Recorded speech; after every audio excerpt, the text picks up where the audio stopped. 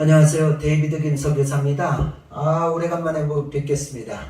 오늘부터 제가 알기 쉽게 푸는 성경 속 전쟁 이야기, 알푸전이라고 하는, 걸푸전이 아닙니다.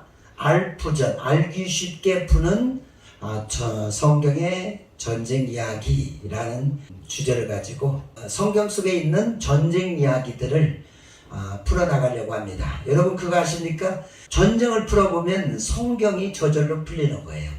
그래서 우리가 전쟁을 이해하려면 그쪽의 배경과 그런 내용들을 잘 이해해야만이 이런 것들을 할 수가 있어요. 그래서 여러분을 도와주려고 합니다. 제가 선교사잖아요. 근데 1년 반 동안에 지금 필리핀이나 외국을 나가지 못하고 있고, 이게 어떻게 그냥 국내에만 있다 보니까 몸이 근질근질해요. 근데 이제 요때 또 하나님 말씀을 사모하는 사람들이 또 있으니까 오늘 이 메시지를 가지고, 이 주제를 가지고 제가 성경에 시간이 될 때까지 제가 10번을 할지 20번을 할지는 모르겠지만 전쟁 이야기를 10번 이상 그렇게 재미있게 한번 풀어보려고 합니다. 기대해 주시기를 바랍니다. 여러분 이쯤에서 기억하시죠? 구독과 좋아요를 눌러주시기를 바랍니다. 많은 사람들에게 가서 제 유튜브 채널에 홍보를 좀 해주시면 제가 필리핀에 가서 사역하는데 큰 힘이 될 줄 믿습니다. 할렐루야. 자, 오늘 제가 여러분과 풀어보고 싶어하는 성경 속의 전쟁 이야기 그 첫 번째 시간인데요. 그것은 바로 4대5 전쟁, 일명 시딤 골짜기 전투라고 하는 것입니다. 오늘 이 내용들이 나오고 있는 것이 창세기 14장입니다. 창세기 14장 1절에서 18절의 내용을 보면은 거기에 이제 전쟁이 벌어지는데 네 나라와 다섯 나라가 전쟁을 벌이게 되는 거, 그 전쟁의 와중에서 누가 잡혀가요? 롯이 잡혀가게 되는 것이요. 그리고 그 전쟁을 통해서 하나님이 우리에게 보여주고자 하는 메시지가 있어요. 오늘 그 내용들을 한번 살펴볼까 합니다. 자, 오늘 잠깐 창세기 14장 1절에서부터 조금만 읽어보겠습니다. 당시에 시나왕 아브라벨과 엘라살왕 아리옥과 엘람왕 그돌라오멜과 고임왕 디달이 소돔왕 베라와 고모라왕 비르사와 아드마왕 시납과 스보인왕 세메벨과 벨라왕 곧 수아론과 싸우니라. 이들이 다 시딤 골짜기 곧 지금의 여매에 모였더라. 이들이 12년 동안 그돌라오멜을 섬기다가 제13년에 배반한지라. 제14년에 그돌라오멜과 그와 함께한 왕들이 나와서 아스도롯 가르나임에서 르바 족속을, 함에서 수수 족속을, 사회 기라다임에서 엠 족속을 치고 호리 족속을 그 산 세일에서 쳐서 광야 근방 엘라반까지 이르렀으며 그들이 돌이켜 엠비스밭 곧 가데스 이르러 아말렉 족속의 온 땅과 하사 손다바레에 사는 아모리 족속을 친지라. 소돔 왕과 고모라 왕과 아드마 왕과 스보인 왕과 벨라 왕, 벨라 곧 수아랑이 나와서 시딤 골짜기에서 그들과 전쟁을 하기 위하여 진을 쳤더니 엘람 왕 그돌라오멜과 고림왕 디달과 시나랑 아브라벨과 엘라살 왕 아리옥 네 왕이 곧 그 다섯왕과 맞서니라. 시딤 골짜기는 역청무더기가 많은지라. 소돔 왕과 고모라 왕이 달아날 때에 그들이 거기 빠지고 나머지는 산으로 도망하매 네 왕이 소돔과 고모라의 모든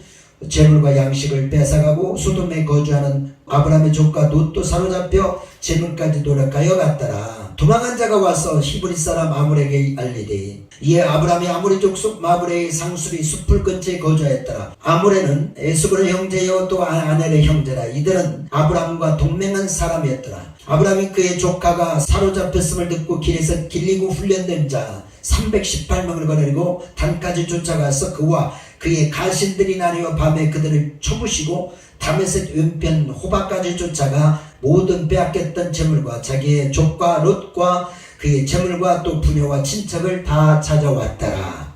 자, 오늘 메시지를 제가 제가 그림을 그려왔어요. 아주 제가 누구예요? 친절하잖아요. 그래서 이 내용들을 그림을 보면서 제가 이 전쟁을 설명해 보도록 하겠습니다.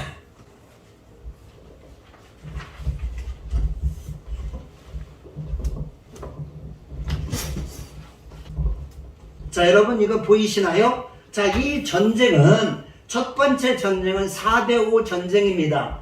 자, 내용을 소개할 것 같으면, 자, 여기가 지중해예요. 지중해 바다고, 여기는 애굽이고, 여기가 이제 팔레스틴 지역입니다. 이스라엘이 살고 있는 지역이에요, 여기가. 그런데 여기에 9개 나라가 살고 있었어요. 그런데 이 9개 나라를 누가 그때 당시에 이 9개 나라를 통치하고 있었냐면, 이 먼 곳에 있는 엘람이라고 하는 나라가 통치하고 있었어요. 이게 강대국입니다. 그런데 여기 조그마한 9개의 나라들이 여기에 살고 있었는데, 이 나라들이 12년 동안에 이 엘람 왕을 섬기고 있었어요. 이 나라를 섬기고 있었어요. 그런데 여러분 아십니까? 이 소돔이라는 나라가 굉장히 잘 살았잖아요. 창세기 14장 정도에 그때쯤 되면은 이 소돔이라는 나라가 강력한 나라가 되어요. 그래서 이제 가만히 생각해 보니까 소돔 왕이, 이거 우리가 국력이 이렇게 세지고 있고, 그래도 이제부터는 우리가 정말 이 나라의 엘람이라는 나라에 복속돼서 주공을 바치고 그렇게 노력을 당하고 그럴 필요가 있겠느냐? 그래서 어떻게 하냐? 내가 이제부터는 홀로 서기를 해야 되겠다. 우리 독립을 해야 되겠다. 그런 마음을 거둬요. 그런데 혼자 하기는 조금 거시기 하잖아요. 그러니까 어떻게 해요? 그 주변 나라들에게 사실을 보내서 동맹을 맺게 되는 거죠. 그래서 소돔이 그 옆에 나라 고모라와 소알과 아드마와 스보임이라는 5나라를 끌어들여 가지고 혈맹을 맺게 되는 거죠. 동맹을 맺었어요. 그래서 이 나라도 그렇지 않아도 불만이 많았지요. 맨날 조공바치고 여자들 막 그냥 짓밟고 그러니까, 이참에 우리가 똘똘 뭉쳐서 이 엘람에 반역을 한번 해보자. 그래서 이들이 똘똘 뭉쳐가지고 엘람에게, 우리는 더 이상 당신들에게 초봉을 바치지 않겠습니다. 그렇게 사신을 보내게 된 거예요. 그러니까 여러분 입장을 바꿔 생각해봐요. 엘람이라는 나라가 가만히 보니까 이 조그마한 나라들이 반역을 일으켰어. 그런데 가만히 보니까 내가 혼자서 이 5나라를 이길 수가 없는 거예요. 그래서 이 엘람 나라가 이 옆에 큰 나라들 3나라에게 사신을 보내가지고 같이 전쟁에 참여하기를 원합니다. 그런데 그래서 이 4나라가 엘람, 시날, 엘라산, 고임이라는 이 큰 나라가 4나라가 동맹을 맺어가지고 이 5나라를 쳐들어가게 되는 거죠. 그래서 4대5 전쟁. 이 전쟁이 어디서 일어났느냐? 시딤 골짜기에서 일어났다. 그래서 일명 시딤 골짜기 전투라고 벌어지는 거죠. 근데 이쯤에서 제가 여러분에게 한번 질문 하나 할게요. 여러분 같으면 이 나라를 누가 지금 다스리고 있어? 엘람이라는 이 나라가 다스리고 있는데, 왜 시날이, 이 엘라살이, 이 고임이라는 나라가 뭐 때문에 여기에 같이 전쟁에 참여해야 됩니까? 왜? 이유가 뭐예요 도대체? 이유가 있어야 될 거 아니야. 근데 성경에는 나타나고 있죠. 근데 제가 생각할 때 이유가 있었어요. 뭡니까? 뭐니 해도 뭐예요? 뭐니요, 뭐니. 무엇을 보면 알 수가 있느냐? 이들이 무엇 때문에 이 전쟁에 같이, 이 큰 나라들이 같이 가게 되느냐? 바로 그 키가 어디요? 이 전쟁이 벌어졌던 곳이 어디요? 시딤 골짜기. 여기는 무엇가 많이 나오냐면은 바로 역청이 여기에 엄청나게 많이 매장되어 있는 곳입니다. 그래서 심지어 이 땅이 그냥 질퍽질퍽한 거예요.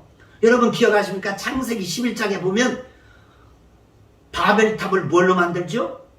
진흙을 대신하여 역청으로 만드는 거예요. 그러니까 여러분 벽돌과 벽돌 사이를 견고하게 만들기 위해서 역청을 갖다 발라놓으니까 아주 견고한 그런 바벨탑이 되었던 것입니다. 여러분 그거 아시죠? 노아가 방주를 만들 때도요 역청을 가지고 만드는 거예요. 그렇기 때문에 이때 당시에 이 역청이라고 하는 것은 엄청난 거죠. 그러니까 돈이 되는 거예요.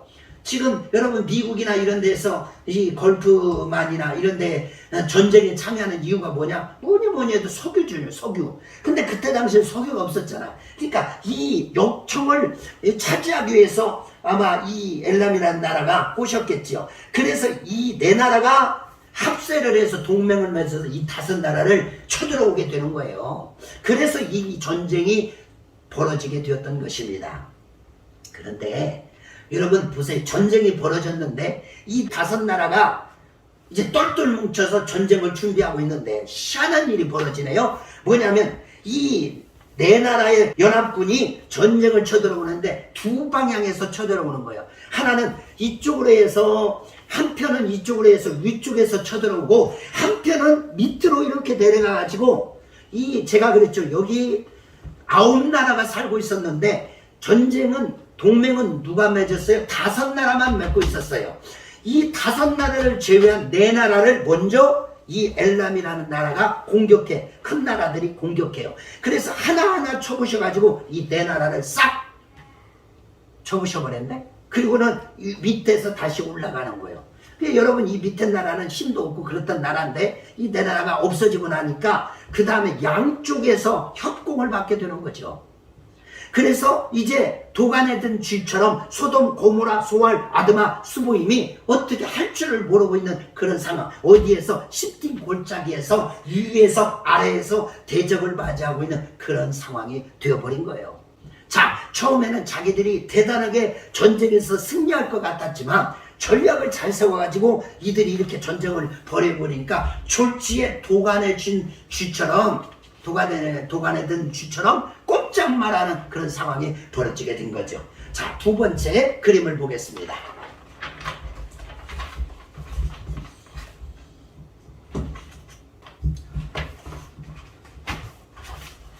자, 여기도 보면은요, 여기 바다 지중해고요. 자, 여기가 시딤 골짜기입니다. 자, 그런데 전쟁이 벌어져 가지고 결국에는 이 시딤 골짜기에서 5나라가 완팡을 당한, 완전히 깨주게 돼버리죠. 그래서 이 전쟁에서 완전히 다 이 5나라가 패하게 되고, 그리고 가지고 있는 재물과 모든 것들이 노략당하고 사람들이 다 잡혀가게 되죠. 더군다나 이 소돔성이 주동이 되었기 때문에 소돔이라는 나라는 완전히 박살이 난 거예요. 그래서 이 소돔성에 살고 있었던 아브라함의 조카 롯이 하필이면 여기에 잡혀가서 가게 되는 거죠. 그래서 재물과 사람을 끌고 어떻게 이들이 올라가 쭉쭉 올라가 계속 올라가서 어디까지 가느냐? 바로 단이라고 하는 지역까지 올라가게 되는 거죠. 자, 그런데 이 소식을 누가 듣게 되느냐? 바로 아브라함이 듣게 되죠. 아브라함이. 그래서 아브라함이 이 전쟁에 참전하게 됩니다. 그런데 여러분, 아브라함이 이 전쟁을 승리로 바꾸는데 바로 자기가 길리고 훈련했던 정병 318명과 그 다음에 주변에 있던 그 형제들과 함께 바로 이 아브라함이 여기 마브레라고 하는 곳에서 살고 있었는데 이들의 뒤를 쫓아가기 시작합니다. 그래서 쫓아가가지고 이 단이라는 곳에 가서 이 연합군, 승리에 지금 취해 있는 연합군을 기습 공격해서 이들을 격파시키고 여기서 도망가는 이 4개군의 연합군을 호르바까지 쫓아가서 호바까지 가서 괴멸을 시키고 롯을 구출해서 금이 환영을 하고 돌아오게 되는 거예요. 그러니까 여러분요, 아브라함이 대단하지 않습니까? 5나라가 연합해서 싸웠던 이 연합군을 일개 부족에 불과했던 아브라함이 이 쫓아가서 승리를 거두고 노량군을 이끌고 온 거예요. 참, 박수 한번 쳐주세요. 이때는. 그래서 하나님의 사람인 이 아브라함이 대단하다고 우리가 볼 수 있는 것입니다. 자, 그러면 이쯤에서 다시 한 마지막, 제가 그림을 그렸기 때문에 그림이 멋있지 못하는 거 이해를 해주시기 바라고요. 제가 혼자 유튜브로 찍다 보니까 달력으로 할 수밖에 없어요. 이 칠판으로 하면 좋은데. 자, 아브라함의 승리 비결을 여러분들과 함께 다루고자 합니다. 자, 첫 번째, 아브라함이 어떻게 저렇게 정말 일개 부족에 불과한 부족장이잖아요. 그런데 이 엄청난 그 강대국 4나라가 연합한 연합군을 쳐서 승리할 수 있었을까? 그 비결이 4가지예요. 첫 번째는 뭐냐? 아브라함은 항상 준비하는 사람이었다라고 하는 것입니다. 뭐를 보면 알 수 있어요? 오늘 14절에 보니까 아브라함이 조카가 잡혔다는 소식을 듣자마자 어떻게 해요? 군대를 끌고 올라가는데 자기가 평소에 길리고 훈련시켰던 정병 가신이 318명이 있었어요. 여러분, 부족에 불과했지만 부족장에 불과했지만 318명이라고 하는 군사를 가지고 있어요. 청년병을. 그러니까 뭐냐, 항상 훈련하고 준비되어 있다는 거예요. 여러분이 하나님의 사람으로 쓰임받기를 원한다면, 여러분이 승리하기를 원하면, 영적인 여러분 이 메시지가 우리에게 무엇을 말해주냐, 여러분이 승리하기를 원하신다면 준비하는 삶이 되어야 된다는 것입니다. 어떻게? 항상 여러분의 그런 달란트를 갈고 닦아서 하나님이 쓰시고자 할 때, 아멘, 제가 여기 있나이라고 나갈 수 있어요. 아브라함의 결정적인 승리의 원인은 준비하는 삶이었어요. 언제 어느 때 하나님이 쓰실지 모르지만 컴온, 너 이리 와! 할 때 아멘하고 달려갈 수 있는 그런 준비가 돼야 돼요. 제가 선교사잖아요. 지금 전 세계가 우리를 기다리고 있어. 그런데 어떤 사람이 쓰임받을 걸? 준비된 사람. 나는 준비됐거든. 여러분이 만약에 준비되고 있다면 여러분도 승리할 수 있어요. 그래서 318명을 항상 훈련시킨다는 건 쉬운 것이 아니에요. 경비도 들어가고 복잡하죠. 그렇지만 미래를 바라보는 사람은, 꿈을 가지고 소망을 바라보는 사람은 준비할 수밖에 없어요. 여러분이 진짜 하나님이 쓰시기를, 하나님이 쓰시는 사람이 되기를 원한다면 여러분은 항상 always prepare, 준비하는 삶이 되어야 될 줄 믿습니다. 두 번째, 아브라함이 승리할 수 있었던 비결, 두 번째는 뭐냐? 하나님을 전적으로 신뢰하는 아브라함이었다는 사실. 아무리 준비를 해도 318명 가지고요, 저 수만 명의 대군을 어떻게 이겨? 그것은 지금 어떻게 그렇게 그 숫자 가지고 가서 대군을 이기니 격파할 수 있어요? 5나라도 못하는 나라 일을. 그것은 믿는 구석이 있을 때만 가능한 거예요. 아브라함이 믿는 게 있기 때문에 그렇게 그런 행동을 할 수 있었던 것이죠. 믿는 게 있는 거예요. 뭐예요? 하나님이죠. 하나님, 여호와 하나님. 하나님이 내가 일을 시작하면 하나님이 책임져 주신다. 내가 일을 시작하면 하나님이 뒷책임을 져주신다라고 하는 그런 믿음을 가지니까 이런 일을 벌일 수가 있어요. 여러분, 믿음의 사람은 이루어진 것을 가지고 가는 게 아닙니다. 믿음은 바라는 것들의 실상이요, 보지 못하는 것들의 증거입니다. 그래서 하나님을 전적으로 신뢰하는 믿음, 그것을 우리가 가지고 있냐 이거예요. 아브라함은 그런 믿음을 가졌어요. 사람의 전쟁은 사람에게 속한 것이 아니다라고 하는 이 진리적인 말씀을 누가 가지고 있었어요? 다윗도 가지고 있고 요나단도 가지고 있었죠. 오늘 아브라함이 먼저 가지고 있었다는 사실이요. 숫자가 많아? 4개국, 대강대국이 4개국이 모여있다고? 그런 건 문제되지 않아. 나는 최선을 다해서 준비하고 하나님이 도와주신다. 하나님이 역사하시는 거예요. 믿음으로 내디디면 요단강은 건너는 갈라질 수밖에 없는 것입니다. 그래서 오늘 우리는 진짜 가져야 될, 오늘 이 메시지를 통하여 우리가 깨달아야 될 것은 두 번째, 여러분 하나님을 전적으로 신뢰하세요.